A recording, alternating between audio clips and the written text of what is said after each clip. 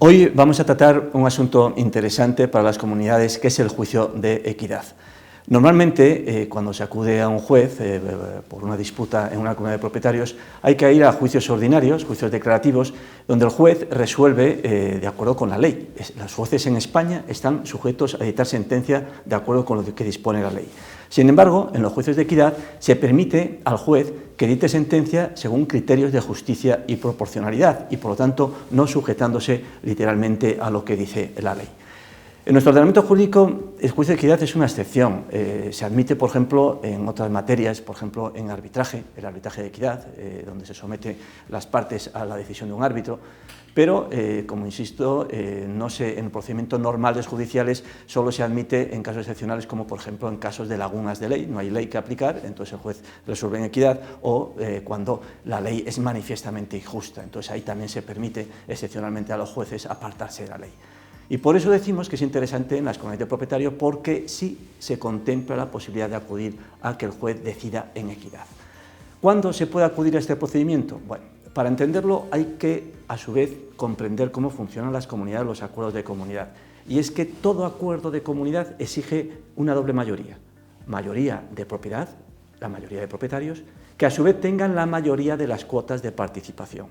¿Qué sucede? Que a veces los que tienen la mayoría de propiedad no tienen la mayoría de las cuotas y viceversa. Hay alguna persona que puede tener la mayoría de las cuotas de participación, de coeficiente del total del edificio, pero no tiene la mayoría de propiedad, lo cual se complica porque además el Tribunal Supremo dice que cada propietario tiene un solo voto. Por lo tanto, un señor que tiene varias propiedades, como propietario solo es un voto y, sin embargo, como digo, puede tener un elevado coeficiente de propiedad por la suma de sus fincas.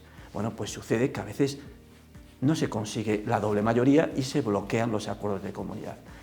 Por lo tanto, en estos supuestos de bloqueo por acuerdos de la comunidad de propietarios donde no se consigue la doble mayoría, la ley permite acudir a los juicios de equidad. Y expresamente además lo dice cuando no se consigue esta doble mayoría para designar al presidente de la comunidad. Y también, por ejemplo, se permite ir en equidad cuando se nombra a alguien por mayoría. La mayoría decide de coeficientes y de propietarios, deciden nombrar a alguien presidente y ese propietario quiere excusarse por razones de enfermedad, de complicaciones de su vida personal o lo que él considere, bueno, pues puede ir al juez a que decida en equidad si debe ejercer su cargo. ¿Qué requisitos se exige?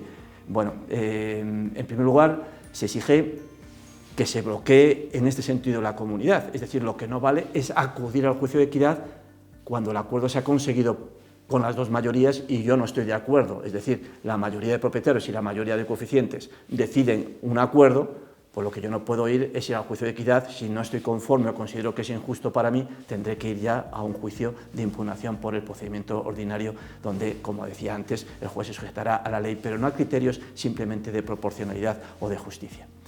Bueno, se exige también como requisito que este acuerdo se haya sometido 2 veces a la Junta, es decir, no basta con un solo intento en la Junta de tomar un acuerdo y que se bloquee porque no se ha conseguido la doble mayoría, sino que es necesario 2 veces, que se plantee 2 veces. La finalidad es evidente, lo que se quiere es buscar un procedimiento muy simple, muy sencillo, para desbloquear las comunidades, porque esto que estoy explicando, a lo mejor hay gente que no le ha sucedido, pero debe conocerse que ocurre muchas veces.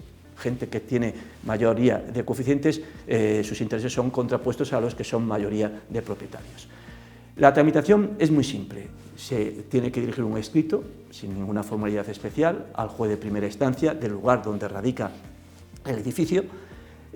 Pueden ejercitar este procedimiento, acudir a este procedimiento cualquier persona que haya asistido a la Junta, es un requisito, y que esté al corriente en el pago de los gastos de comunidad.